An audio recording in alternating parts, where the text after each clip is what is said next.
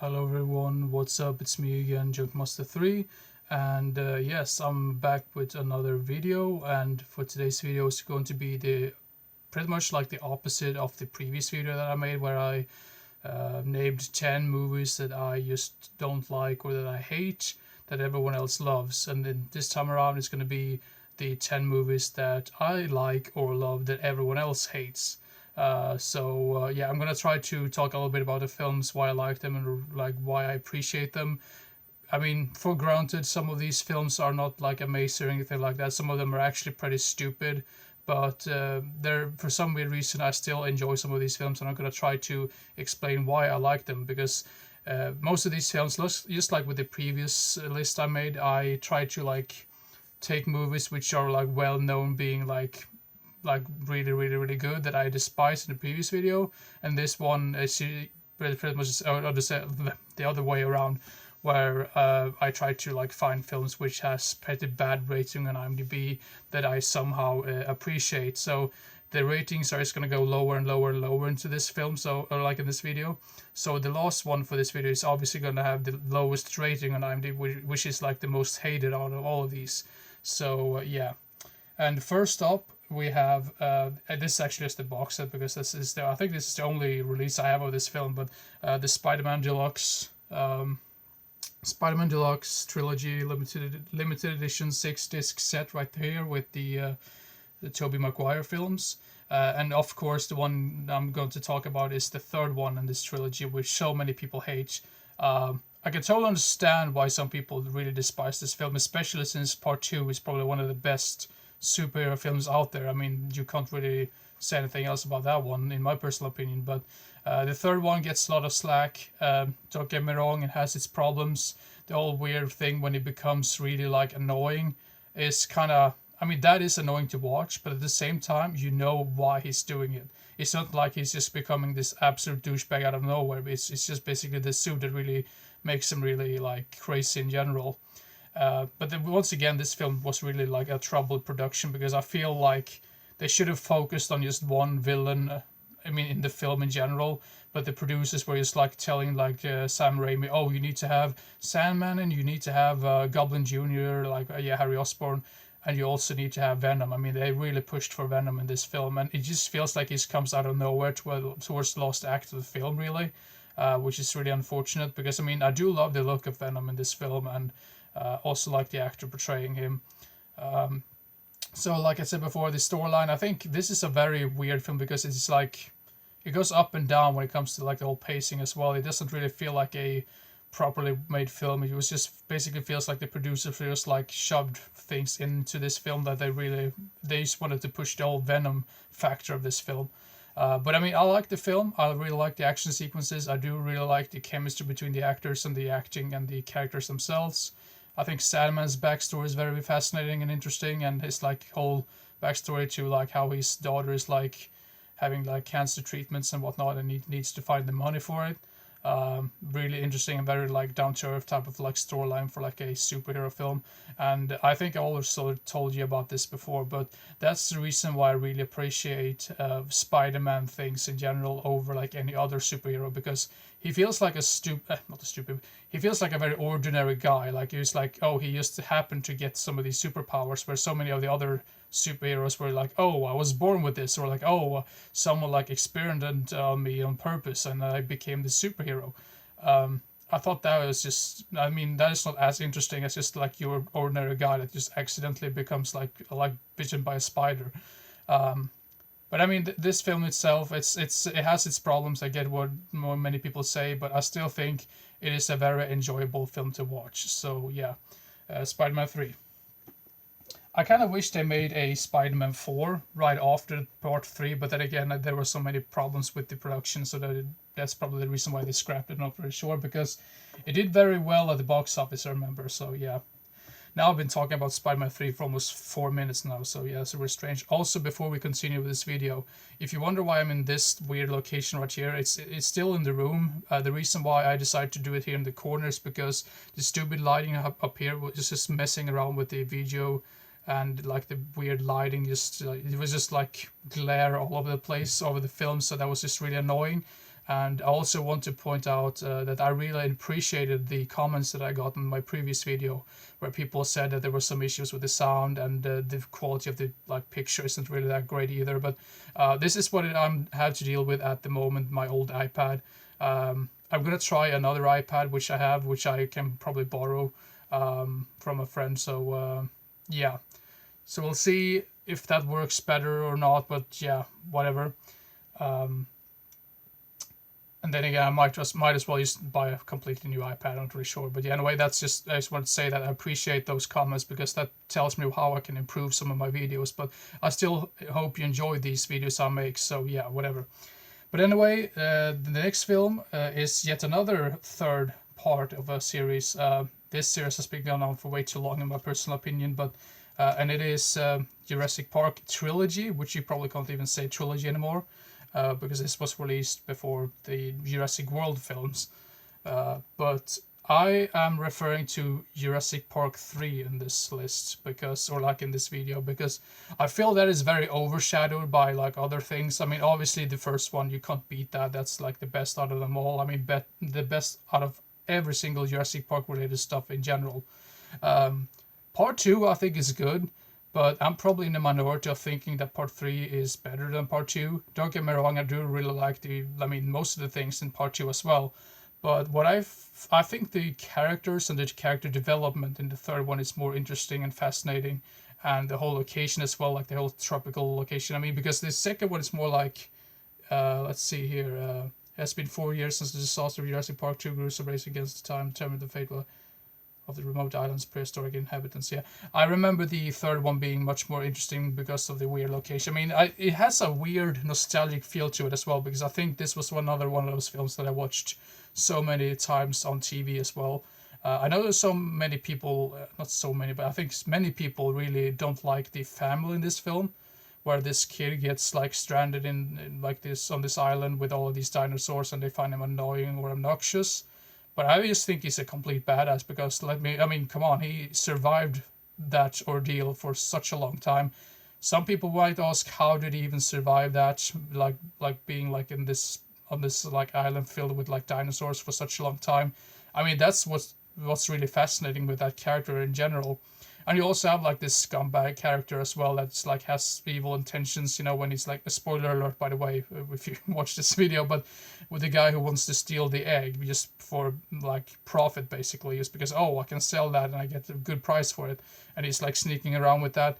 That guy, as stupid or annoying he is at the first like part of the film, he really redeems himself towards the end of the film, and I thought his character was like probably one of the most fascinating ones. Of course, you don't get Ellie very much like Laura Dern in this film, which is really unfortunate. But other than that, I think this is a very, very entertaining film. And I know so many people don't like the whole scene when it's like when Sam Neill is like in the airplane, or like Grant, what is his name? Alan Grant? No, Sam Neill's character. Sorry, I just completely blacked out on his name, on the character name. But you know when he's like in the airplane and he's like sleeping and he's seeing like this dinosaur, like Alan.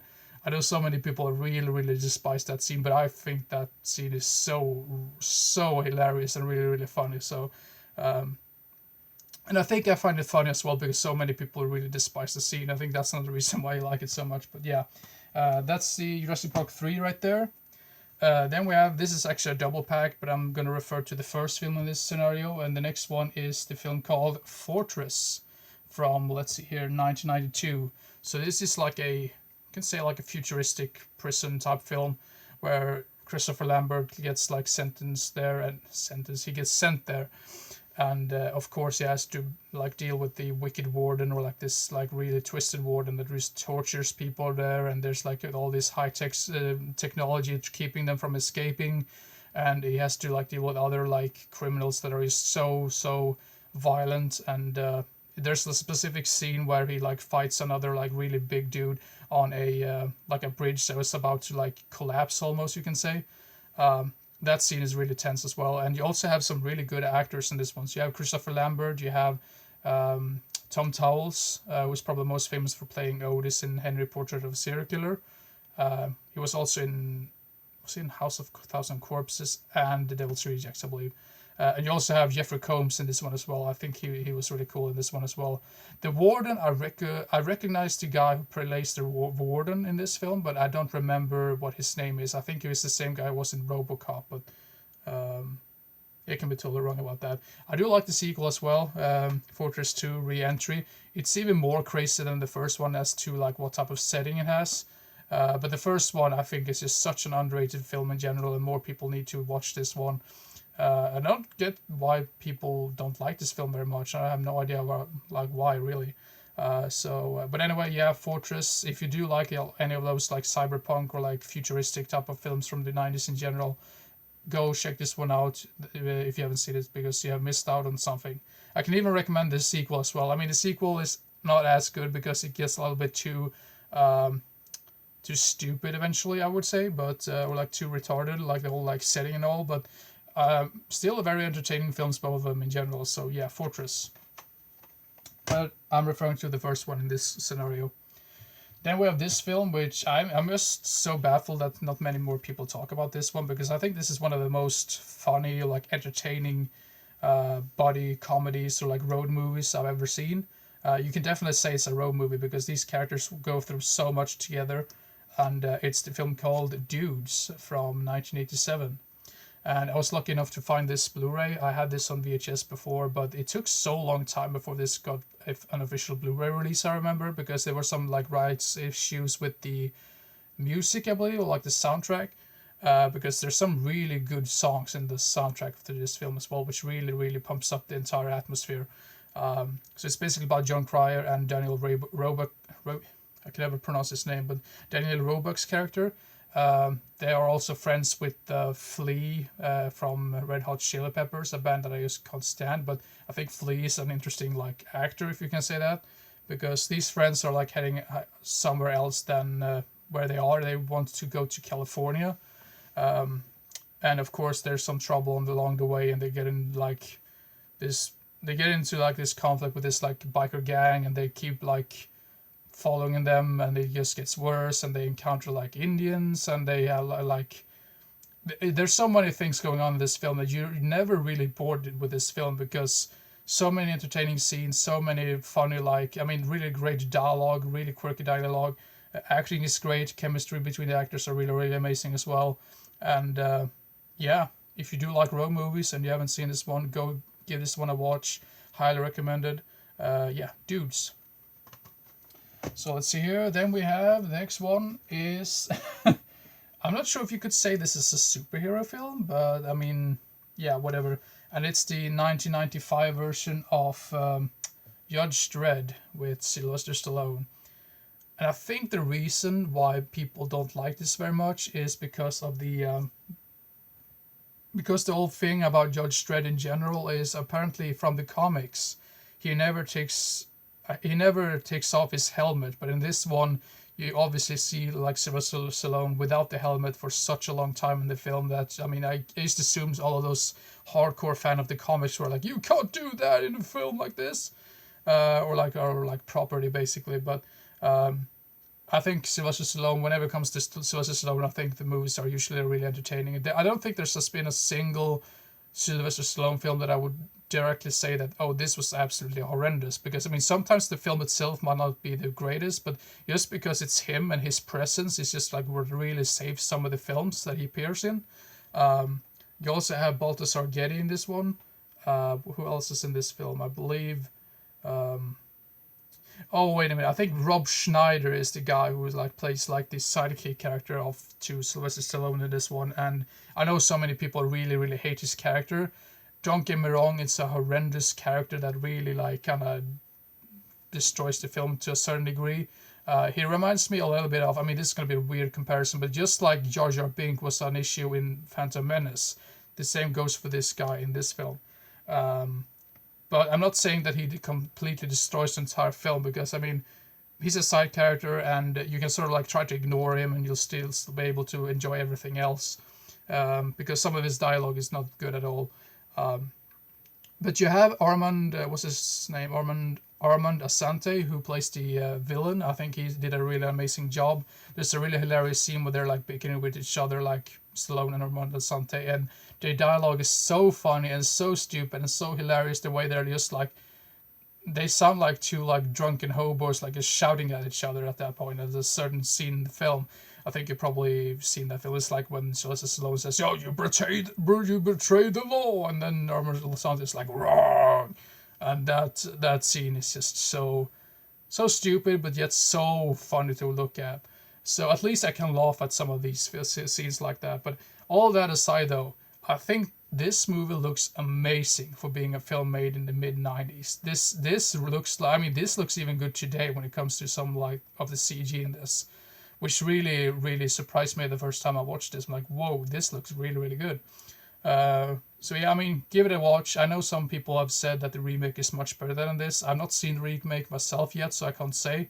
But yeah, I'm gonna try to give it a watch eventually. But I mean, I do think this is good as well. So give it a watch if you like Sylvester Stallone. That's what I usually say. So yeah, Judge Dredd. And let's see here. The next one is a film called Navy SEALs. Yet another really underrated action film. Definitely a film you can't really take too much serious. I mean, the film, it feels like the film really tries to be kind of serious to a certain degree, but it's more quirky, fun. Like it's sort of like reminding. It feels more like an '80s film than a '90s film, but it was released in 1990, so maybe that's the reason why.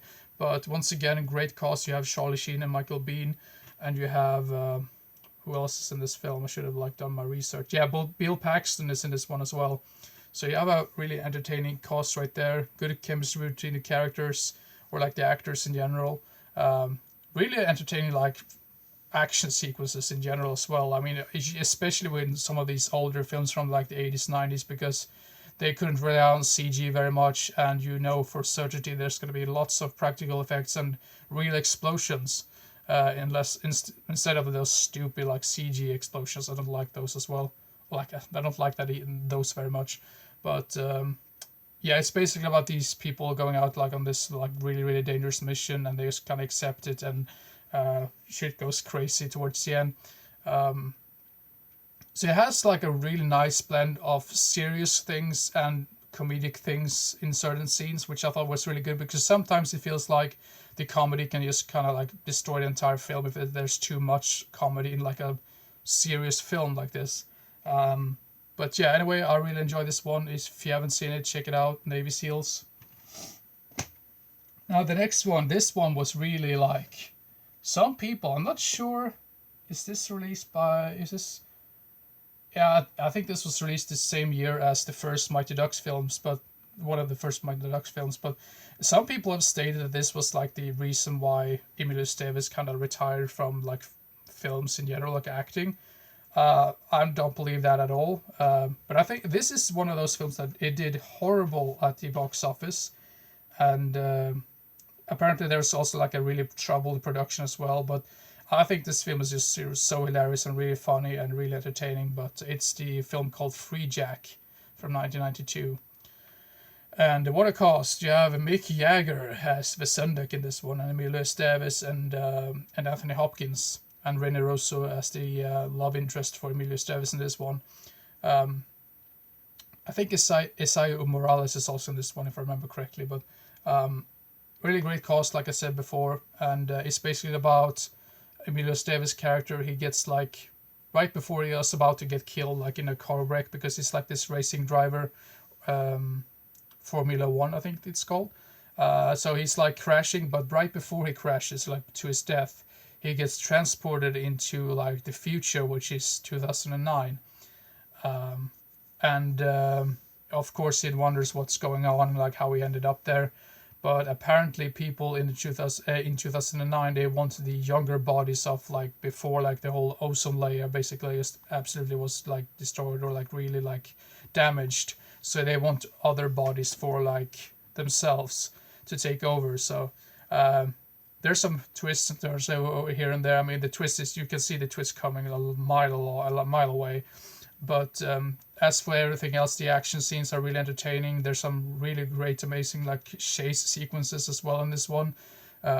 but because it's basically Mick Jagger. He's like this sort of like a bounty hunter in a way, and he's constantly chasing Emilio Estevez around because everyone wants Emilio Estevez' body, or like his. They just want him for themselves. This sounds really strange, but watch the film for yourself to decide what it's all about. Once again, great soundtrack as well, very 90s. And I mean, of course, some of the effects haven't aged very well in general, but I think that just adds to the charm in a certain way. So yeah, Free Jack right there. So yeah. And then we have this one. This one is just a film which I think is it's such a stupid film, but there's so many funny things because of how stupid it is, and it is Howard the Duck. This film has its problems. It doesn't know what it wants to be. It doesn't know if it wants to be a kid-friendly film or family film, or if it wants to be a crude comedy film, which is just like the whole like it's just all over the place really, and it's basically about this duck, of course, Howard. He gets like sucked into space and like I mean, because he lives like in a duck world or something like that, and then he gets dumped onto Earth, and he has to adapt to society right there, and he wants to try to get home, and he befriends Leah Thompson's character, and of course she knows someone who works as at like a lab or something, played by Tim Robbins, and I believe Tim Robbins's boss is played by Jeffrey Jones, or like Dr. Jennings, which is his character name. So they want to like try to help Howard to get out of there, but of course there's so many things going on, because Dr. Jennings gets like they accidentally like get some sort of alien to Earth as well, and he gets possessed by this particular alien that just wants to kill off Howard and his friends. Weird, really, really weird film in general.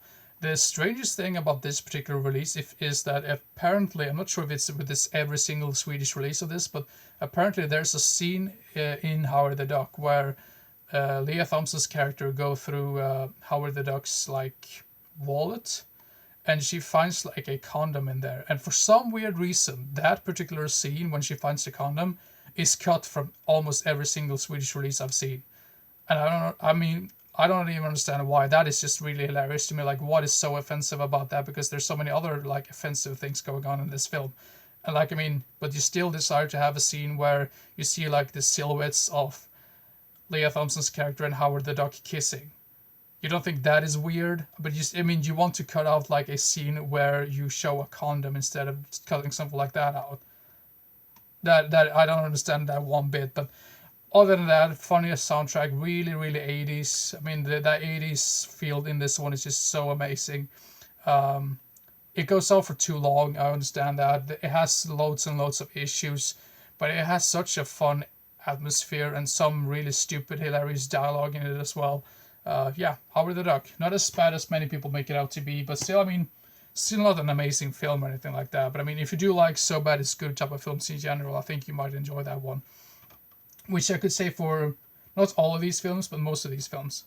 The same thing can be said about the next one on the list right here, and it's the original Super Mario Bros. Um, with Bob Hoskins and Dennis Hopper and John Leguizamo. This film is like, I remember, I mean, I was just so mad at this film the first time I watched it, because obviously Koopa is the name of Bowser in Japan, I believe. So they don't call him Bowser in this film, they call him Koopa, but you expect like some weird dragon-esque type of character, just like Bowser is in the video games, but he's just played by Dennis Hopper. He's just like, looks like some weird gangster type of guy in general with this really weird tongue coming out. And apparently, according to Bob Hoskins, who played Mario in this film, I'm not sure if it was Bob Hoskins, I think it was John Leguizamo who said that the directors of this film were high on like some sort of substances when they made this film. Like they basically said, well, they had no idea what they were in for, like what the hell were they making, which kind of makes the entire film much funnier to me, because it's such a crazy film, and like I said before, it doesn't know what it wants to be, and the whole scene when there's like explaining who they are, like, oh, what is your name? Mario. Oh, what's your last name? Mario, and then like, oh, Luigi Mario. I mean, yeah, whatever. The Goombas in this one look very, very strange and horrendous and deformed, but that also adds to to the charm to it. There's so much explosions and sparkles going around in this film. If you've seen the film, you totally get what I mean, with the car chase sequences. And you have Yoshi in this one as well. Not in a very big role at all, but yeah. I mean, if you do like So Bad It's Good type of films in general, I mean, I don't love this film, but I like it because of how incredibly stupid and how far away from the video games it really is. Because there's also another sequence in this film where Luigi tells Mario, "Well, Mario, you just need to believe, you need to jump," and then he's like, "No, I refuse to jump." Like, well, that's what Mario does all the time. I mean, come on, it's a Super Mario Bros. Film. But yeah, anyway, Super Mario Bros. Go check it out if you like some of those films. I mean, I feel like Howard the Duck and Super Mario Bros. Could go really hand in hand if it comes to like any like double features or something like that. So yeah. And then we have this one, which is pretty much hated by everyone, and it is The Secret of NIMH 2, Timmy to the Rescue. I have a reason why I like this film. I don't love it. I do understand why people hate it though, because I remember when I was a kid, and I think I borrowed, because this was like back in like the VHS days when you could still borrow VHS tapes from like your local libraries and whatnot. And I remember we borrowed this film. For some weird reason, I always thought this was the first film, because I had no idea even there was like a first one, because obviously I was young and stupid little retarded kid like I was. And I really, really enjoyed this one. When I was a kid, that is. And I have rewatched it since, and of course, it's not as good as I remember. There's lots and lots of flaws, and if you have seen the first one before watching this and you didn't grow up with this, I can totally understand why you despise and hate this film, because this film just ruined so much of the original lore in the original film. If you try, I mean, it's hard to say, but if you really, really try to ignore that the first one exists and you watch this film, you might enjoy it more. I know it's a stupid thing to state, but yeah, I like the animations in it. It looks cool. I like the villain in it, who that kind of becomes a villain, but that's a spoiler alert on that one.